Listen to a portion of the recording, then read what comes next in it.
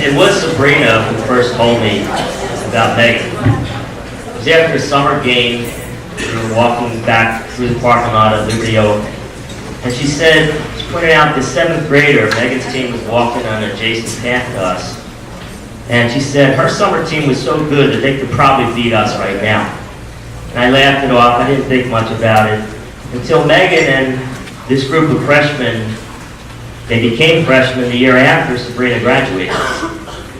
Sabrina's words were prophetic, and the next 4 years became the golden age of softball at Freehold Township High School. Megan was a 4-year varsity starting pitcher and outfielder. She was the team's most valuable player all 4 years.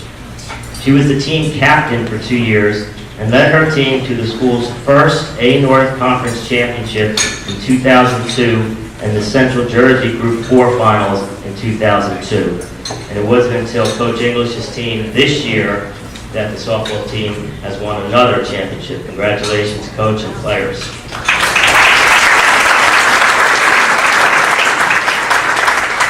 As a senior, Megan led her team to 26 straight victories, and they were ranked as high as number 2 in the state. She graduated with 6 single-season and 5 career pitching records, including most wins with 18 for the season and 60 for a career, most strikeouts with 230 and 772 for the career, the lowest ERA at .05 her senior year, and 0.73 for her career. Megan threw 5 different pitches, and her rise ball and changeup were simply unhittable. Meg was no slouch at the plate, having over 30 hits in each of her last 3 seasons, and ending with a career batting average of .394. She was a fierce competitor on the field, and her will to win was the rallying cry for her team. She was named to the All-State Group 4 Central Jersey team for 2 years and the All-Shore team for 3 years. She was named the Female Athlete of the Year by the News Transcript in 2002.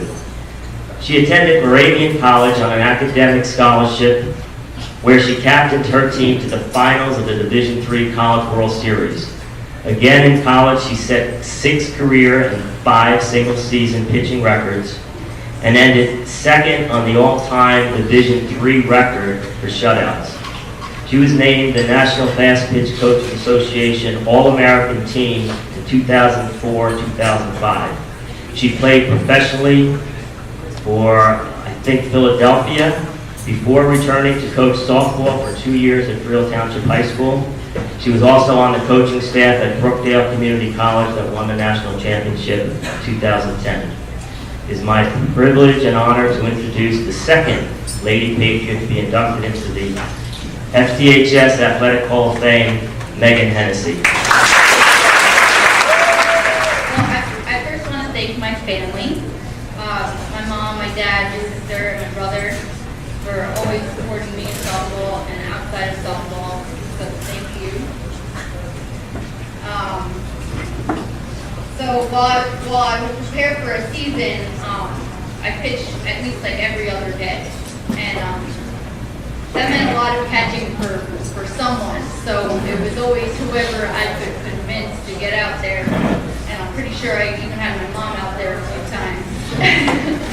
But while I was growing up, I had a lot of the girls at Freehold Township, Sabrina, my sister, to look up to and to see, how well they were playing and what I had to strive for. But as I progressed, in my mind, I evolved into a 6'2" powerhouse. So I was no longer 5'2", but when I got in that circle, I was somehow this monster. And that keep cool attitude made it most of my way through college. So I just tried to always think of myself as this huge girl, and I could strike anybody out. And sometimes it was too tough though to hold back, like an evil eye or kicking some dirt, or sometimes the ball just kind of found its way right at the batter. But I didn't really do that.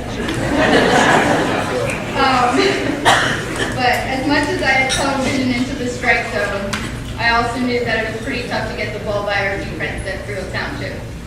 And when I thought back to the games on the varsity fields, I always knew my friends were with me there. So criticism and loss is what makes you change and improve yourself. And I said the self-analysis and coach's analysis of your skills demonstrates that criticism is good, and you could take that and turn it into a positive thing. And I credit my ability to accept criticism and improve to my coaches, which my dad, Coach DiVincenzo. I also wanted to mention Coach Tom Besser, who I know couldn't be here. He was Sabrina and my pitching coach. Coach Hartman, who was at Barclow, and my coach from Meagan. They really just instilled that discipline and respect and encouraged my drive to be the best. I don't think they knew they were fueling that 6'2" beast that I had there, but I gained so much from them, and I'm able to use their ideals in my coaching and in my pitching lessons. And though I would love to have a pitching school like Sabrina does, I do still give pitching lessons. And I'm no longer coaching at Brookdale, but I'm helping out with their team like on the side.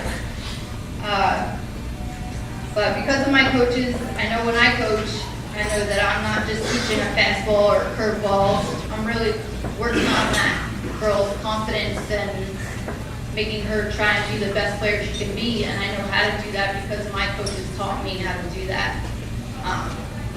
And it's just, congratulations to all you seniors and best of luck as you move on. And thank you to my family and my coaches and all the coaches I had at Freehold Township, which I also played field hockey. So thank you to everybody and best of luck.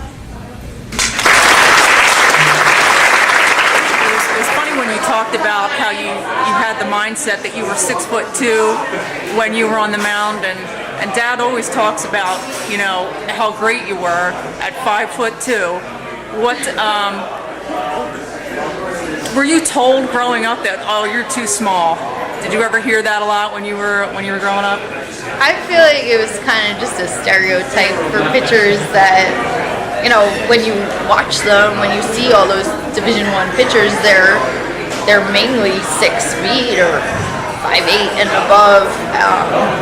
So I was never really told I'm too small, but when you look around you and see who's playing D1, I was small, and I never really felt small or felt like I threw any different than them. Besides, I did throw slower than them because you just can't get some of the velocity that they can get when they have the same mechanics as you, but a bigger body. And but I feel like I still could have competed with anyone pretty much, which is kind of what I was getting at. Like, it didn't really matter to me what size I was. As soon as I got in that circle, I just felt like I could get anybody out. I think like I just worked on getting those tools where I felt confident to have anybody up at the plate, and no matter who it was, I would just think in my head until they got a hit, I could get them out. So, the size thing, I'm not going to throw 70 at 5'2", but yeah, it's just, I think it's a stereotype that shouldn't really be there, because hitters have a hard time with the same pitches coming in and curving and dropping and rising and changing speeds no matter what speed it starts at. So that's right. Dad always says that Meagan didn't need, she didn't need that kind of height because you had the rise ball. And right, I think as long as you're making that ball move, you're not necessarily having to throw it at 70 miles an hour, because you can make people swing at it no matter what speed it's coming in. Right.